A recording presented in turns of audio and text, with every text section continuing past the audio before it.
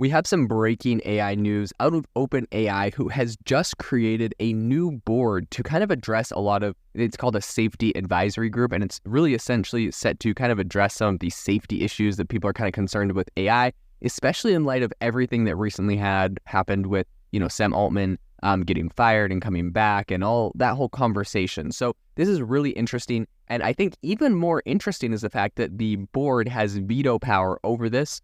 So at the end of the day, it's leaving a lot of people to kind of speculate, well, even if this safety board or the safety group made some decisions and said they need to X, Y, and Z, the board can just essentially veto it. So what power does it really have? We're going to be diving into all of this and some of the interesting controversies. Today's episode is sponsored by AIbox, my very own AI app builder and marketplace. If you're interested in getting on the waitlist, you can go to aibox.ai. Or if you're interested in investing in the company, we have a crowdfunding campaign launched at republic.com/AI-box. I'll leave links to both of those in the description, but let's get into the episode. We gon' bring it to you just like that. Welcome everyone to the future, it's AI Chat. Bringing you the interviews and giving you info to be in the know from tech company CEOs of. Rock with us, bet you gon' come back. I'm just saying the facts. This is AI Chat. Let's go.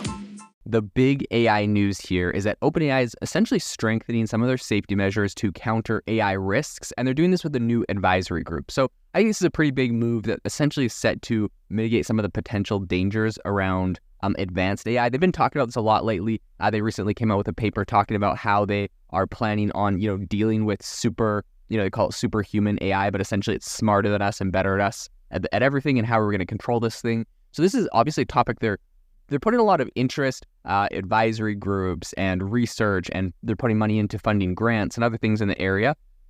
It is leaving me personally asking, why? Do we have some crazy technological advancements that are coming down the pipe that they're aware of, but they haven't released yet? There's a lot of really interesting questions. I tend to think that is possibly the case in this regard. They see where this is going in the next, even if it's the next 1 or 2 years. I think we're going to start seeing some really insane advancements with AI that are going to make a really big impact, displace a lot of current tasks in jobs. In any case, all this is very interesting. So this new advisory group that they have created is operating above the technical team. So technically it can tell the technical team if they're like, hey, we don't want you developing X, Y, and Z for these reasons. But essentially it's tasked with making some really important safety recommendations to the company's leadership. So talking, right with the board of directors of the company, the CEO, etc.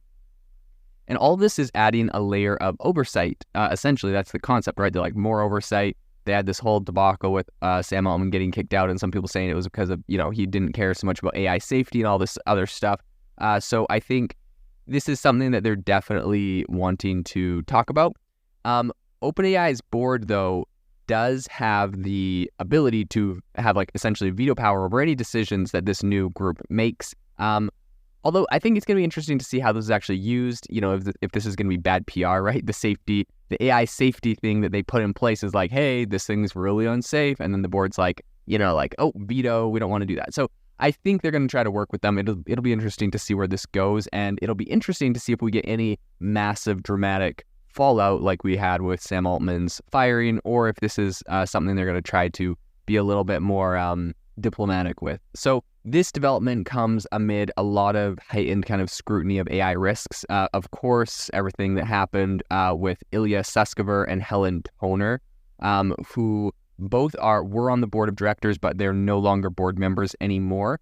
Both of them were known for kind of a really cautious approach to AI progression. Helen Toner published a paper that was kind of critical of OpenAI and some of the stuff it was doing.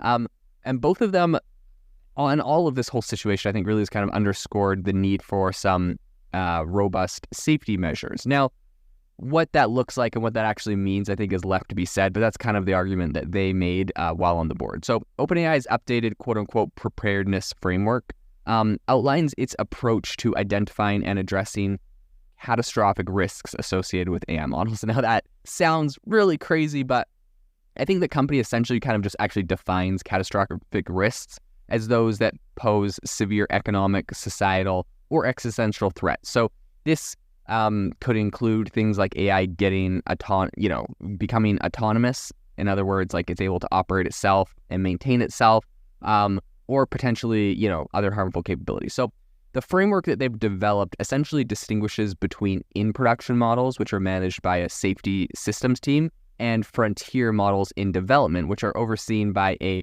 preparedness team. So a third category, which is handled by the quote-unquote super alignment team, focuses on theoretical guidelines for super intelligent models. This is a concept that still is in the realm of theory, right? Like we don't actually have this super intelligent AI yet, but they're obviously predicting that this is coming down the pipe and putting a lot of resources into creating this kind of super alignment team for the superhuman intelligent AI. So risk assessments within OpenAI involve evaluating the models across 4 different categories. So they are cybersecurity, persuasion, this includes like disinformation and stuff like that, model autonomy, right? So this thing running itself in some way, shape, or form, and CBRN, which is chemical, biological, radiological, and nuclear threats, right? So these are like, this AI is releasing, major chemical or biological warfare or radiation or nuclear, like some really severe things in that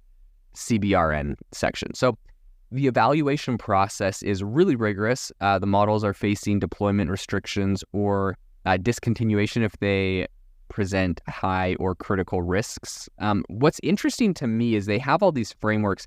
I'd be so curious to get some like transparency and to hear from them if they've created AI models that because they say, if an AI model comes up and it displays any risks that could, that are in this framework, that they are discontinued. I'd be curious to know, have they discontinued any models to date? It'd be so fascinating to hear because obviously, because if they have, I think that's like a big cause for concern. Because even if they're like, well, look, like GPT-4 and ChatGPT, these are great tools. There's no risks. We've tested them, yada yada. It's like, well, if you're creating things that have big risks, someone else could probably do the same thing. And so it's just like, how do we protect ourselves against what they discovered there? So that is an interesting aspect. Is not just like, we made the model safe and so we released it. It's like, okay, but what models didn't you release? And, how would we mitigate the risks of someone else finding it, discovering that and being able to do it? So very, very interesting. But in the, giving specific examples in the cybersecurity one, a model that significantly enhances cyber operation tasks is deemed a medium risk, while a model that's capable of independently developing high-value cyber exploits is classified as like a high risk, right? So if this thing is like sitting there on the internet, cruising through code and code bases and looking at stuff and coming up with high risk, all on its own cyber security exploits, this thing is a high risk model. And I think the most kind of alarming category, which is critical risk, includes models that can autonomously devise and execute cyber attack strategies. So this would be if a model is capable of doing everything by itself. You just set this thing up, give it some resources, and all of a sudden it's doing DDoS attacks on websites and taking down servers and doing crazy stuff. Then you definitely, this thing is definitely an issue. So OpenAI has been asked for, to give more details on their different risk categories and how they're kind of defined and updated, particularly with new threats like deepfakes and other things like that. So this, I think, is kind of evolving. We'll see what they say in response to that. But the formation of the Safety Advisory Group is kind of a new strategic move to make sure that the risk evaluations and recommendations are not only in the hands of the model developers, right? So they don't just want the people making this thing to worry about the safety because maybe they'll be biased, right? Like maybe you make this amazing model you spend years on and use, millions of dollars and tons of compute and you make this and it can do incredible things. It can code like nothing else, but at the same time, all on its own, it can go execute cybersecurity attacks, right? And so, you can see this kind of conflict of interest forming where the developers that created this could, have some sort of be kind of biased towards this thing they created and be like, no, I can fix it, right? Like, I can just turn that part of it off and we use it for everything else. But at the end of the day, if it's, if that leaks or gets out or someone turns the fix off or whatever, and all of a sudden this thing goes rogue and destroys some infrastructure, that would be very bad. So in order to avoid that situation, that's kind of what this new safety advisory group is set to kind of oversee. And if there's issues, they have, they can pull the plug. Of course, the board has veto power, but they're going to be alerting on that. So decisions on whether to proceed with a halt on a particular AI model are going to be made by, of course, the actual leadership team, Sam Altman and the CTO, Mira Murati. But what I will say is that the board now includes some people like Brett Taylor, Larry Summers, who are not AI experts, and they have the authority to reverse those decisions, which is kind of interesting. So I think this restructuring is kind of trying to prevent scenarios where high-risk products or processes are approved without, enough board oversight. What I will say, though, is that a lot of people are still asking questions about the board's willingness to challenge leadership decisions and also kind of like the extent of transparency in this process. So OpenAI is promising to, have audits from independent third parties, but they haven't really detailed how these critical risk findings are going to be disclosed or handled yet. So all of that's really kind of unclear, to be honest. But what I will say is OpenAI's latest, this whole thing that they're doing here, these latest safety measures, I think they do show that there is definitely a growing, at least if nothing else, acknowledgement of some of these really big implications and also maybe some of the potential dangers that these could face. So I think as the technology is obviously getting a lot better very fast, there has to be kind of this balance between innovation and also the safety aspect of it. So I think that's one that OpenAI is taking seriously at the moment. They're actively addressing this through a lot of these new structural changes. So I'm very optimistic about what OpenAI is working on and what they're doing in the process they're taking in this regard. So very excited, and I'll definitely keep you updated on everything they are doing in the future with this. Have you ever wanted to start your own podcast? I record and publish podcasts on a platform called Spotify for Podcasters, and I absolutely love it. Essentially, you can upload from your phone or computer, and it distributes to every platform that plays podcasts. They support video podcasts, and you can make money on the platform with ads or even podcast subscriptions, something that has made my life so much easier as a podcaster. So if you're interested, I highly recommend you give it a try. You can download the Spotify for Podcast app or go to spotify.com/podcasters to get started on your podcast today. This episode is brought to you by Shopify.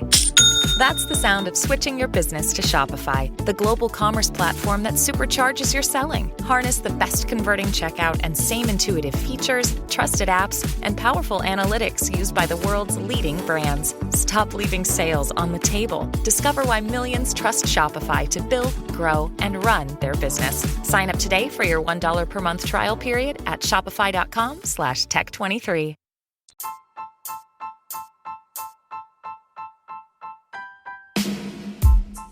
Thank you for listening to the AI Chat Podcast. If you enjoyed the podcast, I'd appreciate it if you rate me wherever you listen to podcasts. And if you're looking for an innovative group of AI enthusiasts, make sure you check out our Discord channel and also our Facebook community. It's obviously a lot more interactive than a podcast where we can actually share software tools, prompts that we're using in everyday AI. I'll leave a link for those in the description below.